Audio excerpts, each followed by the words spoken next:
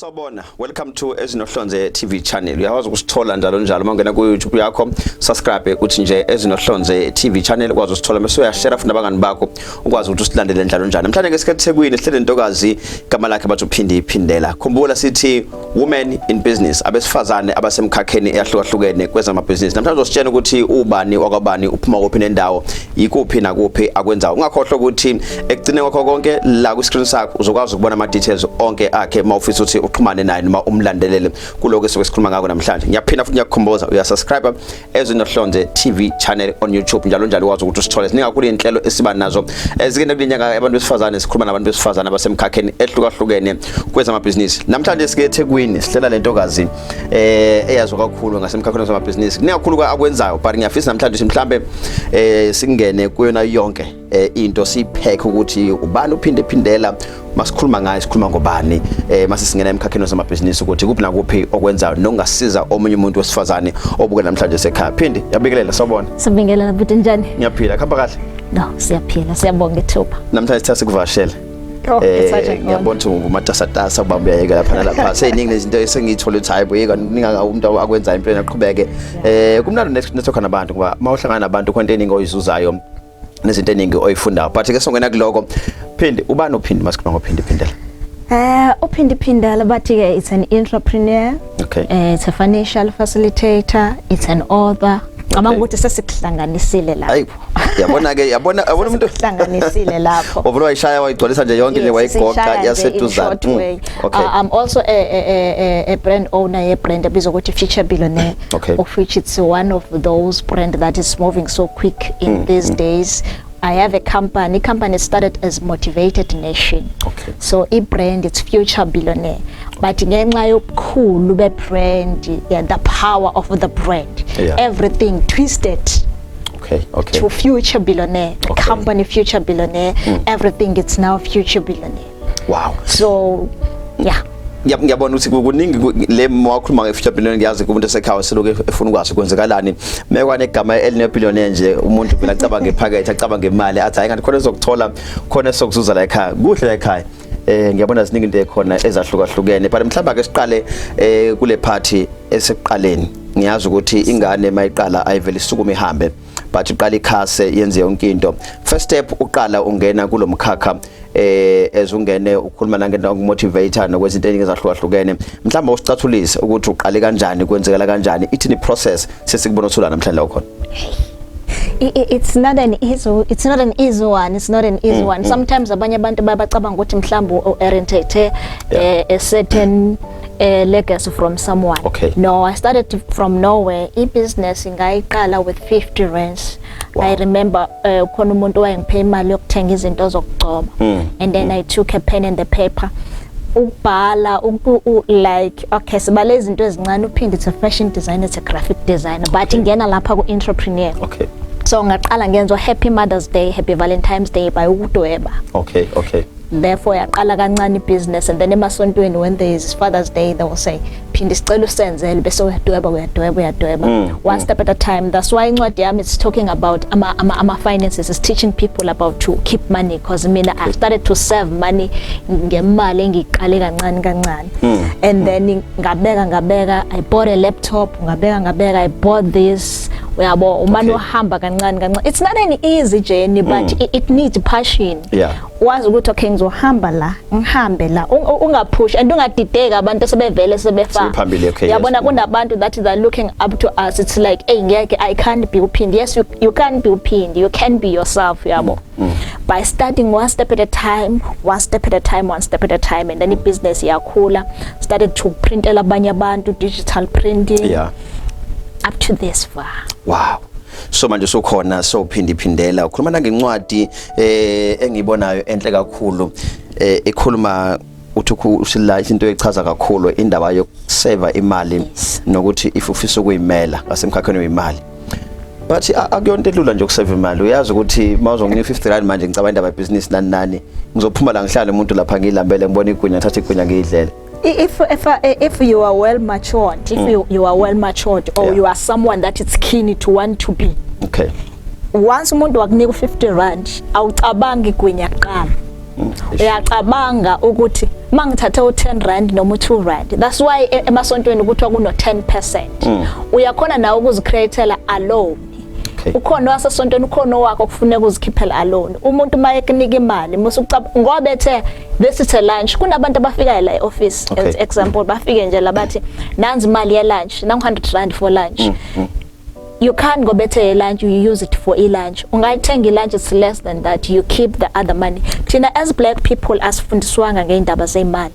Asitholanga le knowledge. Ingane a white kid as young as incane kanje bayayitshela ukuthi when ngikunika imali yokuya esikolweni bathi yokukhera then you will save at 10 cents.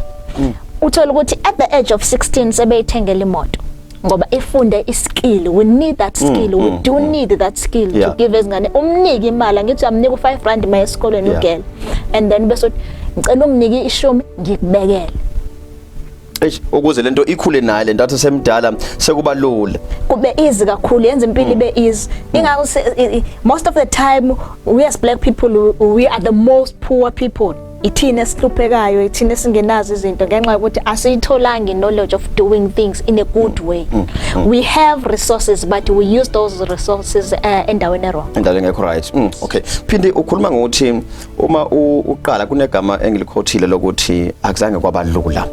Since uqale ungena lutho and you had to use le madla lencane ebikhona obungayisebenzisa ezintweni zokugcoba but wathi no yasindaba ngithathe le mali ngiqale ngayo ngenze into encane until this far wagcina sona izinto wazo kuyimela wathenga lokho kuthengayo nanani but ngiyazi ukuthi leli gama lisakubanga lula kusho ukuthi abekhona ama challenges abekhona endleleni kube khona mhlawumbe ukuhluleka nokushayeka endleleni as umuntu wesifazane osemkhakheni wezamabhizinisi mhlawumbe usihighlightele kafushane ukuthi kunganani ubunzima obhekane nabo as uqala uqhubeka ngiyazi ukuthi ungafika kumina ufike ne t-shirt yakho namhlanje ungithengisela lona ngiyithenge uye kumfowethu mawuthi yamdayisela athi I know mina ngifuni lena mina ngifune kabani yabo nithothi mhlawumbe le yakho ibi cheaper than le kafanele efuna but uthola usuphoxa njana but ngikhuluma nalabo mngenabo because omunye umuntu akathi mayifika kwi point enjala vela athi lento business ngiyayeka. Yeah, it's never been easy ngolonga my brother, if I can tell you business mayikhula nama challenges they become more. So it's such a good sometimes this thing can happen but I need mhlambe an extra 5,000 as a woman in the society that we live in. When you go to ask a money or to ask a help from certain somebody, making an example, tell good this guy is a male.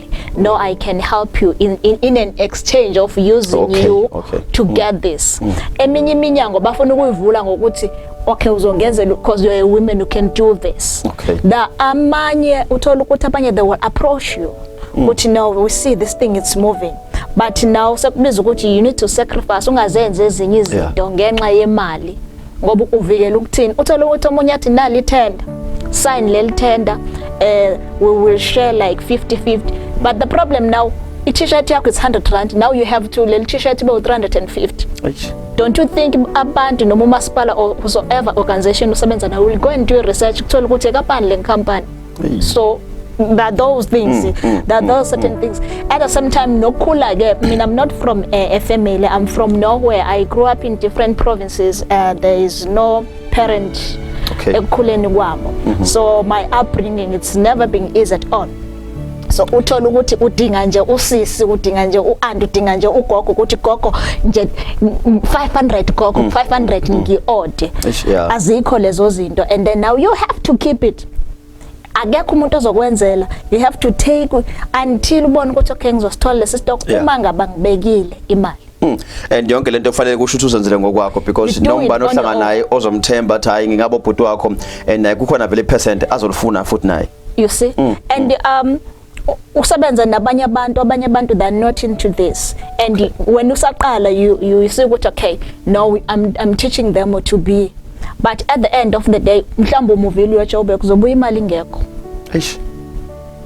So yeah siyafunda but ngathi no ngiyambonga uNkulunkulu ukuthi amanye ama difficulties amaningi ngiwafunde at the early stage in business. yabo. Sikhuluma noPhindi yana namhlanje ngicabanga ukuthi khona osokubambela nothe ukucosha kule mzuzu sakhulumile ngiyaphinde ngiyakhumuza futhi uyasubscribe lapha ku YouTube yakho uthi nje Ezinohlonze TV channel kwazi ukuthi usilandelele njalo Phindi sesihalathile iphathi yokuqala ezongena kwibusiness na yonke into iziphi naziphi izinto ozenzayo sikhulume ngencwadi le okhulume kancane abantu abaningi bangayithokozela ukuthi babe nayo ngiyazi khona nokunye silothi kucosha kancane kukhona oma t-shirt nani mhlambe kupho kunye ama services uPhindi adila nawo nje ewonke. Okay, siqale sithi the digital printing. Okay. In digital printing siprinta noma yini. Kube no clothing into siqala phansi sithenga indwangu fabric bese siyayithunga. Okay. So that those things. So la ku digital printing siprinta noma yini for different companies, different schools, different brands. Siyakwenza lokho. Okay. Like banners, t-shirt, ingubo, anything that you can think of a print way. Okay. So we can do that. We also supply into as plain t-shirt, golf, hoodies, pants, and everything. Into nje phasa nempahla yokugqoka futhi umuntu uyayithola into zamabhena ezibona khona nebhena like ayo iniyasenzela nje yonke into. Yes, sir. Okay. And then we have our own brand that is Future Billionaire Clothing. All right. Ayike lapho ke ziyakhipha ke si design into namhlanje sikhiphe kusasa. Wow. Something different. It design nje masicabangile we do it and then bese siyayikhipha. Future Billionaires as you can see ukuthi iwona wonke lawo yabo makuthiwa khona ngifuna ukuyithatha la ngilabe ngabe ngidideke ikhanda angazi but mahle wonke ngicabanga ukuthi yeah we specialize kakhulu angithi you know uNandozi uDabonezo specialize ngama pizza. John Doris specialize ngo fish. So si specialize ngezinto eziwu2. That is this esibiza ukuthi bomber jacket. Okay. It's a bomber jacket. Okay. Kube sekuba khona enye okuthiwa i-jumpsuit le egqokwe ulomama noDoli. Okay. So nangamanye ama jumpsuit specialize ngalezo zinto kuphela. So sifuna abantu mabazi Future Billionaire bazi ukuthi it's a home of jumpsuit and bomber jackets. All right. Noma kukhona lokunye but lezo zinto nje zo2. I believe ukuthi mesikhulile ibrand isinkulu nabazoyazi njengoNandozi ukuthi uNandozi specialize with this then Future Billionaire specialize with this. From now on ukusuka manje uyaphambili njengomuntu osifazana osakhula nezinto eziningi azenzayo ikuphi la uyibona khona mhlambe mawubala iminyaka ingabe mhlambe eminingi mhlambe nje for 3 years umuthi manje sisuka manje la siyaphambili ngiyazi iziningi inqinamba eziba khona izinto ziyabiza everywhere ama prices akhuphukile but kunento ethi mina njengophindela angiyiboni la khona la ngiyibona khona. Yeah, it's a great question Nqolonga. I think it to have my own store.